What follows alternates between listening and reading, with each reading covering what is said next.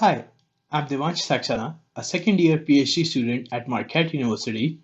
Today, I will be presenting research I am conducting with my mentor, Dr. Shion Guha, and our collaborators, Karla Badillo-Urquiola and Dr. Pamela Wisniewski at University of Central Florida. Today, we discuss the need for human-centered algorithm design in the US child welfare system. As of September 2018, there were 437,000 children in the US child welfare system. This is already a significant rise in the past 4 years, and this number is expected to keep rising unless significant efforts are made to improve outcomes. CWS has always been the center of public and media scrutiny, which further mounts the pressure on policymakers to not only find ways to standardize decisions, but also improve outcomes. Algorithms have been proposed to address this problem because they supposedly help standardize decisions, improve processes and outcomes, as well as reduce costs. A bill was introduced in Congress of the United States in 2018 that seeks the development of predictive analytics in child welfare. Furthermore, a new data model has been introduced, which is inspired by enterprise level data intensive thinking and holds the promise to improve case related decision making. Everything considered, this points to a push to employ comprehensive predictive systems in public services. Therefore, it becomes important to critically investigate the algorithmic systems that are currently being used in CWS and pay special attention to points of failures to ensure that future algorithms are not reproduced with the same drawbacks. To this end, we pose the following research questions to critically examine the computational construction and the core components of algorithms, that is, computational methods, predictors, and target outcomes. We conducted a comprehensive literature review where we systematically analyzed 50 peer-reviewed articles. We used the following scoping criteria. The article had to be a peer-reviewed, published academic paper or policy document produced by a government agency. Moreover, the article must contain a detailed discussion about computational methods, predictors, and outcomes. Finally, we used a grounded thematic process to generate codes and create a codebook. Our corpus contained 43 academic papers, of which 40 were published in social science venues and only 3 published in engineering or computer science related venues. We also reviewed 7 agency reports published by organizations such as the Children's Research Center. 45 articles discuss algorithms that are empirically constructed, and only 5 articles discuss a theoretically constructed algorithm. We also analyzed the currently implemented systems and the proposed systems.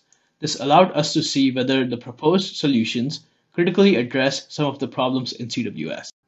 Here are our findings for the computational methods being used to build algorithms. We see that most algorithms have been constructed using generalized linear models, followed by machine learning models, which have only gained more popularity in this domain in the last 5 years. Moreover, only 5 of these algorithms have been theoretically constructed. But why are empirical predictions not enough? Why do we even need theoretically constructed algorithms? Researchers have suggested that empirical predictions are enough and that theory, context, and causal inferences are not always necessary in policymaking. We argue that this is not a desirable stance to take in child welfare. The empirical knowledge in child welfare is quite fragmented, and we need social science theories to fill in these gaps. There is significant debate about what kind of data is associated with which outcomes and how these predictors and outcomes need to be measured. For example, how do we measure the risk of reabuse, and how do we account for the accumulation of risk? Second, CWS is constrained by several systemic barriers and the availability of resources. Most empirical models do not account for these factors.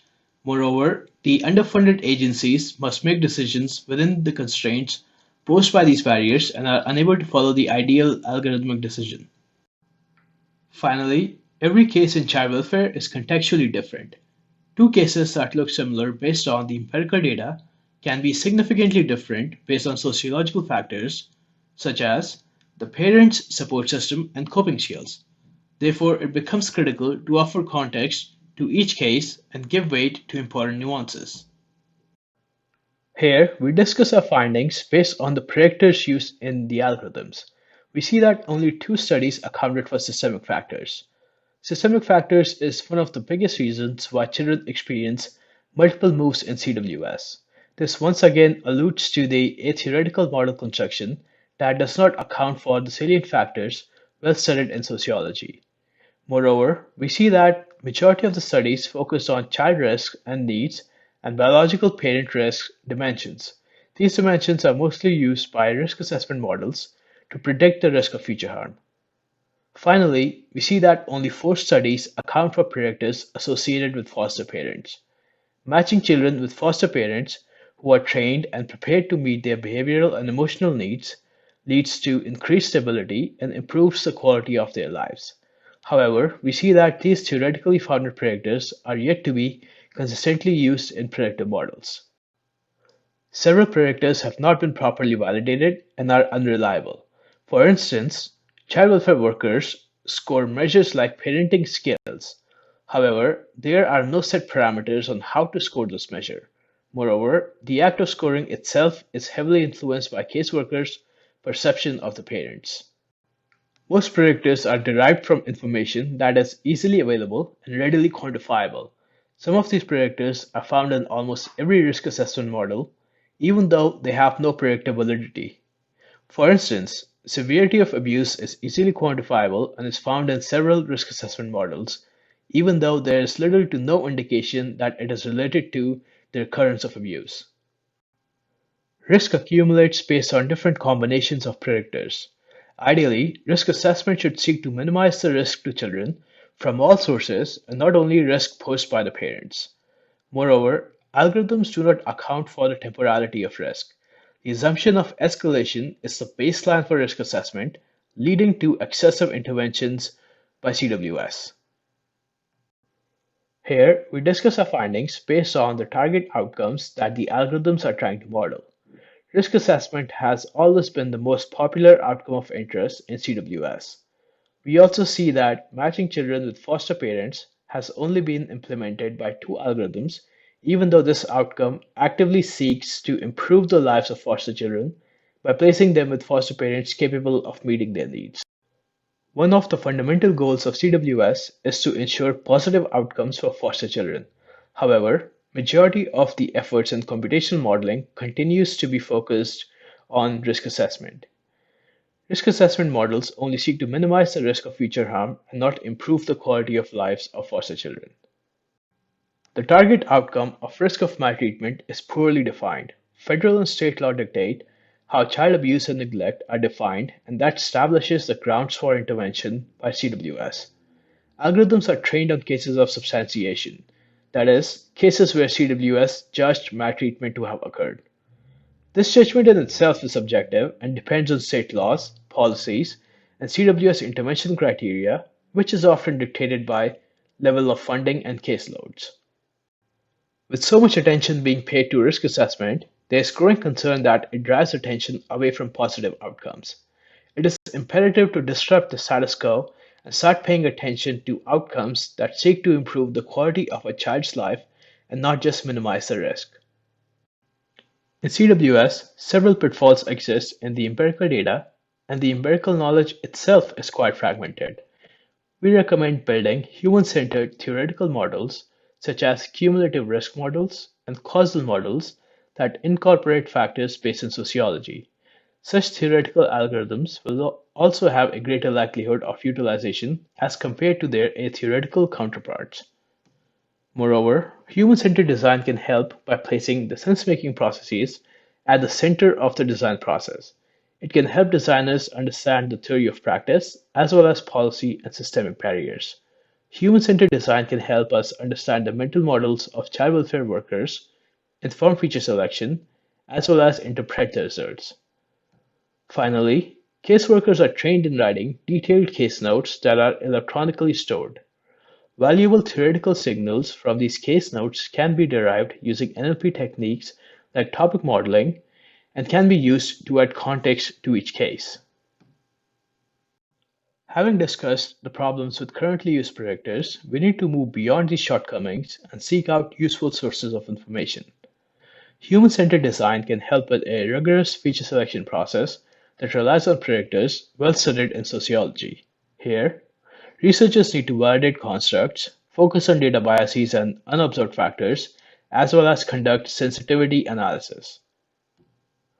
This also compels us to look towards sources of information that have been hard to quantify thus far. Echoing our example of case notes, advances in natural language processing now allows us to quantify and make holistic inferences about child welfare cases. Furthermore, human-centered participatory design allows for HCI researchers to actively engage with domain experts in child welfare to understand how risk accumulates and how to model it, as well as engage with other stakeholders to better understand the systemic factors and organizational culture that often dictate decision-making processes. Human-centered approaches can help theoretically define not only the predictors, but also the target outcomes, such as risk of maltreatment.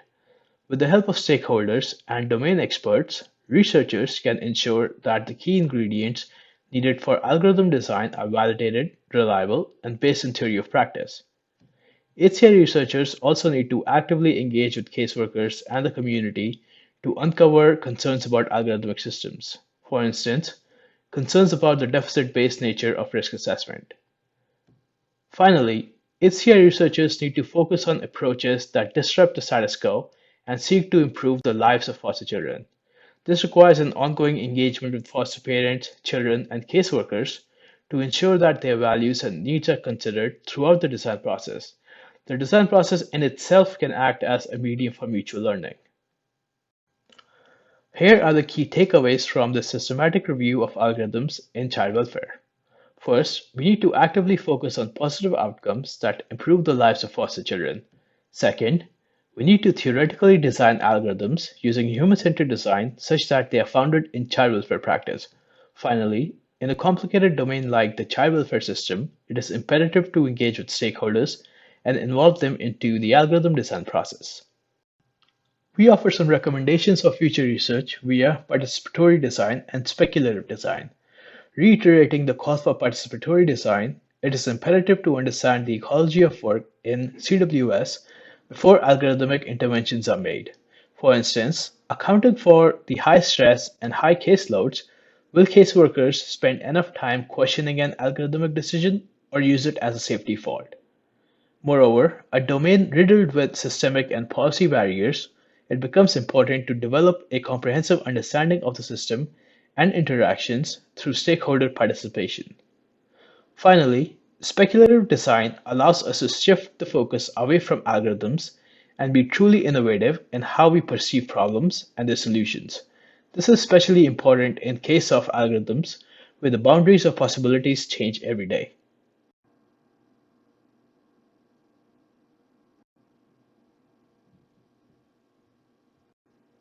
Thank you for your time. I am Devansh Saxena, and I would be happy to answer any questions about this research via email.